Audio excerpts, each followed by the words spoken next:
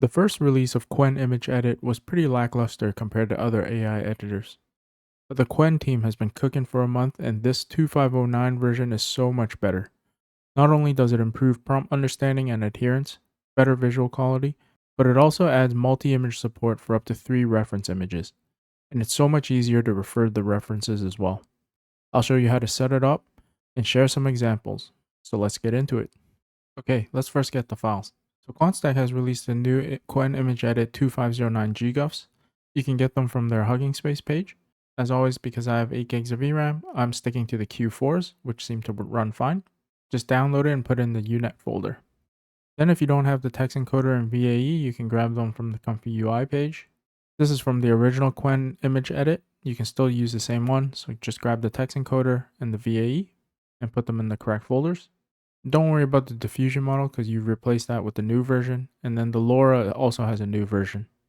So for the Lightning LoRa, you can get the newest version 8 steps v2, or if you want, you can try the 4 steps v2. I found that 8 steps gives a little bit better quality, so I've used the 8 steps.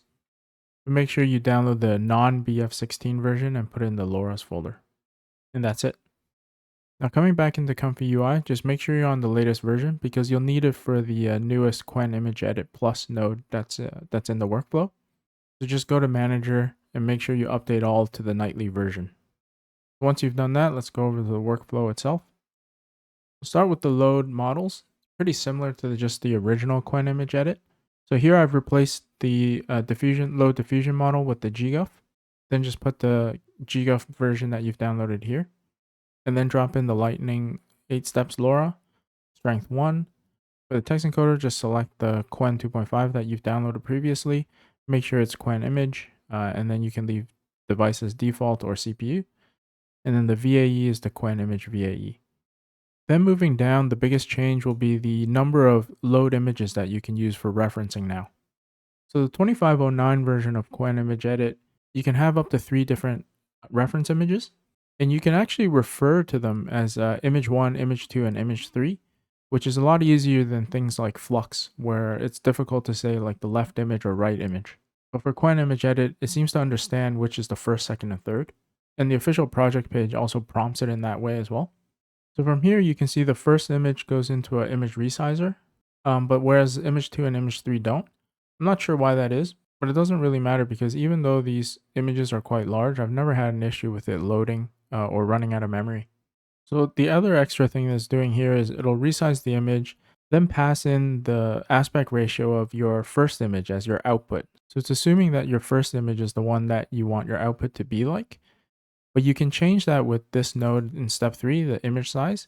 If you want to set your own image size and you don't want to follow this one, then you can do that by bypassing this node and then connecting the latent from this node into the K-sampler instead of letting it connect from the VAE encode. But for now, I'm just going to bypass this one. Then these 3 images are fed up into the prompts. And these 2 new nodes are prompt nodes, but they also take input from the images so that it understands what it's looking at. And then that's why it understands how you're referencing the images. And then it will pass these on as the positive and negative prompts. So all 3 of these images connect into image 1, 2, and 3 on both the positive and negative. The text encoder clips also connect into these 2 prompts, and then the VAE also connects into these 2 prompt nodes as well. Into the sampling, after the model and the LoRa gets loaded, so from the model goes into the shift node, then from the shift node into the CFG, and then from here the CFG goes into the K-sampler as well. So for the K-sampler, because we're using the Lightning LoRa, you can set it to 8 steps, CFG1, and then I've been using Euler simple combination, and that's pretty much it. From here, the latent goes into the decode, and then that gets saved to a file output. So it's a pretty simple workflow, actually. And for this example here that I have, I did use 3 separate images, and then, so I have the base image of the subject, which is the woman here. And my attempt is to try and change the shirt she's wearing with the yellow jersey, and then place her on the beach wearing that shirt. So for the prompt in this case, I have changed the woman's shirt to the yellow shirt and changed the background to the beach and blend the lighting so it looks natural. In this case, I didn't use image 1, image 2, image 3, and it still understands it as long as you are descriptive enough to tell it, the yellow shirt, and it'll understand that, and the beach, it'll understand that it has an image of a beach as well. And then the output is this. So same pose. I didn't have to specify to keep the same pose or the same face or anything like that. It does the shirt swap pretty well, and then it places her on the beach as well. So all of this is pretty well done. Here's another quick example to show how you can prompt for the image 1, image 2, and image 3. So again, this is a 3-image generation. Here I have image 1 as this woman, image 2 as the unicorn, and then image 3 as the red car. And then from here, my prompt is the woman from image 1 is riding the unicorn from image 2, and they're beside the car from image 3. The background is a desert, make it photorealistic. And here's the output. So it took all the characteristics of the woman in image 1, and it has the unicorn from image 2, and then the car from image 3, which is close. I mean, they're not all exactly the same as the reference images, but they're all pretty close. And then it also put them into the desert scene as well. I found for these 3 images and then changing the setting, sometimes they'll make it very cartoony. I haven't tested enough to keep it super realistic like the original images. So that's why I was trying to put the make it realistic part to see if it'll do that, because even without that, it's even more kind of CGI. But in terms of prompt adherence, it's pretty good. Like everything I've asked for, it did. And then next, we'll take a look at just some other examples. So I'll just quickly go through a couple of other examples. I've tried some of these tests with Qwen-Image-Edit the first time, and the quality wasn't so good. But this time around, it's pretty good. So the really simple things like object replacement. So this one was just a prompt of replace the red panda with a Dalmatian, and it kept everything almost pretty much the same.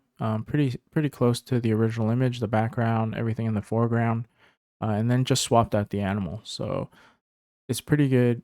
So no issues there. And you also don't have the weird banding issues as the first Qwen-Image-Edit.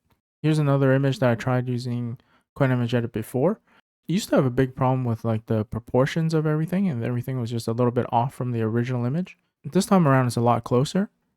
It's still not one-to-one copy, but it's much closer than the old Qwen-Image-Edit. And also the image is more realistic compared to the old one. The old one used to be a lot more fake. The background did not look real. And it started kind of redrawing the face and things like that, the clothes. But this time it's a lot more closer than before. This was another change that Qwen-Image-Edit struggled with the first time. This one is just to ask the camera to switch perspective to the front of the woman instead of the back.